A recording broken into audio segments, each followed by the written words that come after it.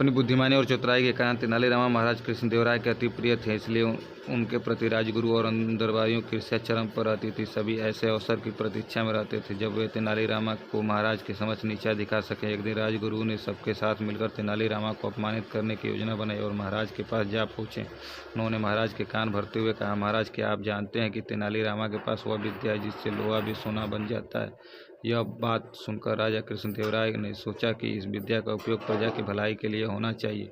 वे राजगुरु से बोले, ठीक है, इस बारे में तेनालीरामा से बात करूंगा। अगले दिन उन्होंने तेनालीरामा को राज दरबार में बुलाकर पूछा, तेनाली, मुझे ज्ञात हुआ है कि तुम्हारे पास लोहे को सोने में परिवर्तित करने की विद्या है और उसके प्रयोग से तुमने बहुत सारा धन इकट्ठा कर लिया। राजा की बात सुनकर तेनालीरामा समझ गए कि अवश्य ही यह राजगुरु की नई चाल है।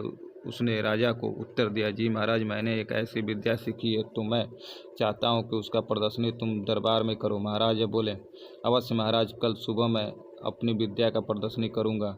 कृपया कर मुझे कल तक का समय प्रदान करें। राजा कृष्णदेवराय ने तेनालीरामा को अगले दिन तक का समय दे दिया। अगले दिन राजा दरबार भरा हुआ था। लोग लोहे को सोना बनता हुआ देखने के लिए जमा थे। वहाँ उपस्थित राजगुरु और उनके साथी बड़े प्रसन्न थे कि अब तेनालीरामा को महाराज के सामने अपमान का मुंह देखना पड़ेगा। कुछ देर बाद तेनालीरामा दरबार में उपस्थित हुआ। उसके साथ एक कुत्ता भी था जिसकी पूंछ एक नली से डाली हुई थी। कुत्ते को राज दरबार में देख राजा क्रोधित हो गए और तेनालीरामा से बोले, तेनालीरामा, तुम्हारा इतना साहस कि तुम कुत्ते को दरबार में लेकर आ गए। महाराज, मेरा दृष्टा के लिए क्षमा करें, किंतु मुझे कोई भी सजा देने के पूर्व कृपया कर मेरे इस प्रश्न का उत्तर दें। तेनालीरामा हाथ जोड़कर बोला, पूछो महाराज, कितने वर्ष तक कुत्ते की पूंछ को नली में डालकर रखने पर वह सीधी हो जाएगी? तेनालीरामा ने पूछा। तेनालीरामा, कुत्ते की पूंछ कभी भी सीधी नहीं होती, चाहे उसे कितने भी वर्ष नली में रखा जाए, वह अपनी प्रकृति नहीं छोड़ती। राजा ने उत्तर दिया, ठीक